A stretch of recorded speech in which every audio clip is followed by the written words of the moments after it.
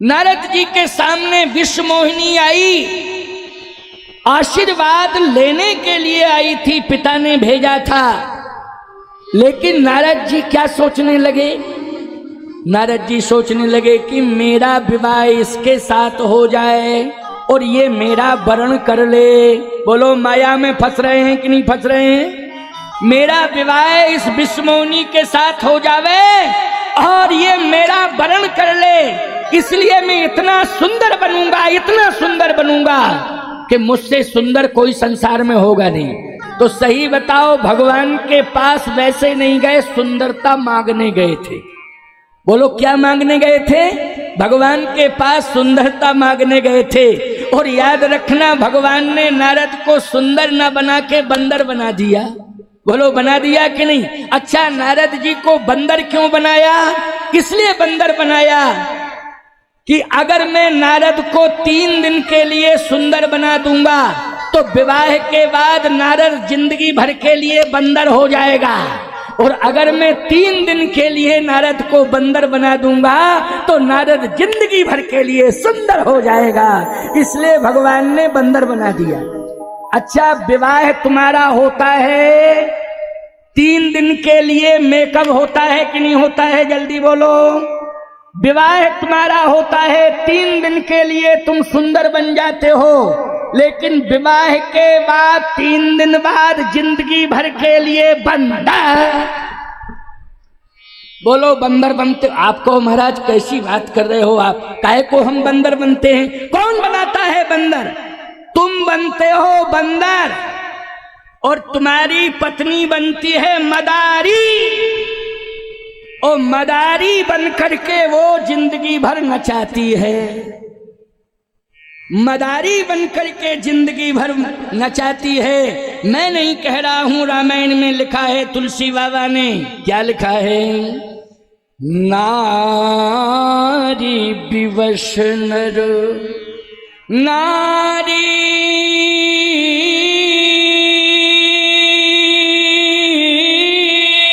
विवश नर, अरे सकल गुसाई, और नाचे नर मरकट की नाई, नाचे नट मरकट की नाई। नारी विवश नर सकल गुसाई, नाचे नट मरकट की नाई। ये मरकट बन करके तुम मरकट बन जाते हो, ये मदारी बन करके तुम्हें नचाती रहती हैं और तुम्हें जिंदगी भर नाचना है। इसलिए भैया, नारद जी को भगवान ने बंदर बनाया क्योंकि नारद के अस्तित्व को भगवान ने बचाया है। और ऐसा बचाया है नारद के अस्तित्व को कि भगवान ने 3 दिन के लिए बंदर बना दिया। नारद जी सुंदर बन गए। अब बंदर बन के पहुंचे, विश्व मोहिनी ने देखा ही नहीं नारद की ओर। विश्व मोहिनी गए, नारद की ओर देखना ही नहीं चाहती है। याद रखना, विश्व मोहिनी के सामने जैसे ही नारायण प्रकट हुए तो विश्व मोहिनी ने भगवान नारायण के गले में जयमाल डाल दी और नारायण ने विश्व मोहिनी का वरण कर लिया है। बोलिए विष्णु भगवान की जय। अब नारद को बहुत क्रोध आया। दई हो सांप की मरी हो जाए, जगत मोर उपहास कराई। श्राप दूंगा मैं, मेरा उपहास कराया, मैंने श्राप दूंगा, ऐसा श्राप दूंगा जिंदगी भर रोएंगे। भगवान की लीला है। नारद जी जा रहे थे, भगवान बीच में मिल गए, साथ में विश्व मोहिनी। भगवान ने कहा रुको रुको नारद रुको। नारद जी ने कहा श्राप दूंगा श्राप। भगवान बोले दे दो दे दो दे दो, कोई दिक्कत की बात नहीं, श्राप ले लूंगा। क्यों दोगे श्राप? मेरी शादी क्यों नहीं होने दी, इसका उत्तर दो। भगवान ने कहा एक बात बताओ, तुम बाबा जी हो कि नहीं? नारद जी बोले हाँ बाबा जी हैं। बाबा साधु होते हैं कि शादी कराते हैं, ये बताओ। बोलो बोलो। नारद जी ने कहा एक बात का उत्तर दे दो मुझे। क्या? भोले कौन है बाबा? अच्छा भोले कौन है जल्दी बोलो। बाबा। भोले मानी महादेव जी। बोलो क्या है? बाबा। कहे जब भोले बाबा हैं, सती जी के साथ विवाह हुआ, लेकिन सती जी योगाग्नि में भस्मी, तो आपने जबरदस्ती पार्वती जी के साथ विवाह कराया था। भोले बाबा विवाह नहीं करना चाहते थे, लेकिन आपने जबरदस्ती विवाह कराया। एक बाबा का जबरदस्ती विवाह कराते हो और दूसरे बाबा का विवाह रोकते हो, यही तुम्हारी नीति है। भोले बाबा का विवाह स्वयं प्रार्थना करके कराया है, लेकिन नारद बाबा का विवाह स्वयं जाके रोक दिया है। अगर सुंदरता नहीं देनी थी तो बंदर क्यों बनाया?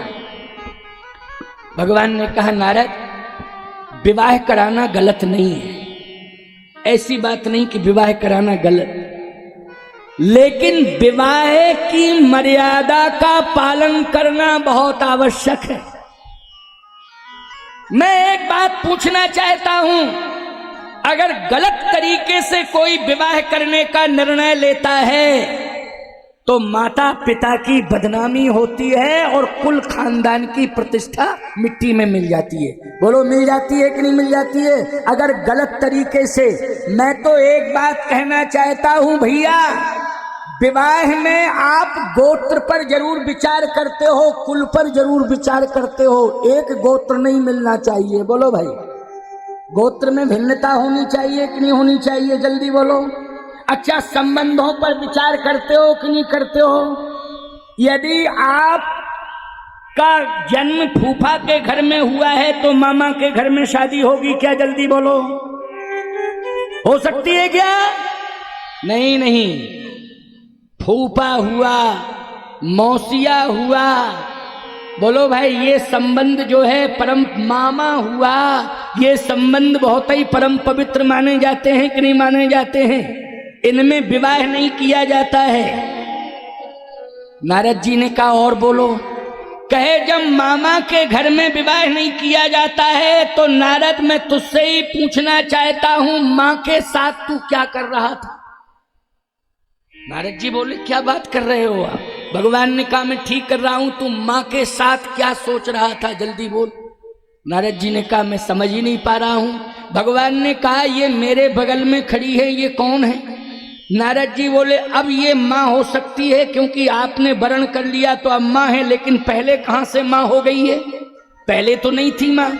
भगवान ने कहा मोह में नारद तुम अंधे हो गए थे, इसलिए तुम्हें माँ दिखाई नहीं दी है। विश्व मोहिनी का अर्थ होता है विश्व को मोहित करने वाली, अर्थात विश्व को मोहित करने वाली माया। और मायापति किसे कहते हैं? बोलो नारद। नारद जी ने कहा मायापति तो भगवान को कहते हैं, मायापति तो आप हैं। उसी समय भगवान ने कहा कि जब मायापति मैं हूं तो विश्व मोहिनी का अर्थ होता है विश्व को मोहित करने वाली, अर्थात मेरी माया। तो उस माया का वरण मायापति ही कर सकता है, दूसरा कोई नहीं कर सकता है। और नारद तुम उसी माया के साथ विवाह करना चाहते हो, मुझे क्या मानते हो? कहे पिता, तो ये माया कौन हुई नारद तुम्हारी? जल्दी बोलो। नारद जी बोले माता। भगवान ने कहा विवाह किसके साथ कर रहे थे? नारद जी बोले कान पकड़ता हूं, गलती हो गई, क्षमा करो क्षमा करो क्षमा करो। और नारद जी पाहिमाम पाहिमाम पाहिमाम कह करके भगवान के चरणों में गिर गए। बोलो नारद जी को किसने बचाया है? जल्दी बोलो। नारद की तपस्या को किसने सुरक्षित किया है? नारद जी के प्रभाव को किसने बचाया है? नारद जी की तपस्या को किसने सुरक्षित किया है? नारायण ने। किसने? नारायण ने। इसलिए गोस्वामी जी लिख रहे हैं करहूं सदा तिन की रखवारी, करहूं सदा की रखवारी, जिन बालक राखी महतारी, जिन बालक राखी महतारी, करहूं सदा की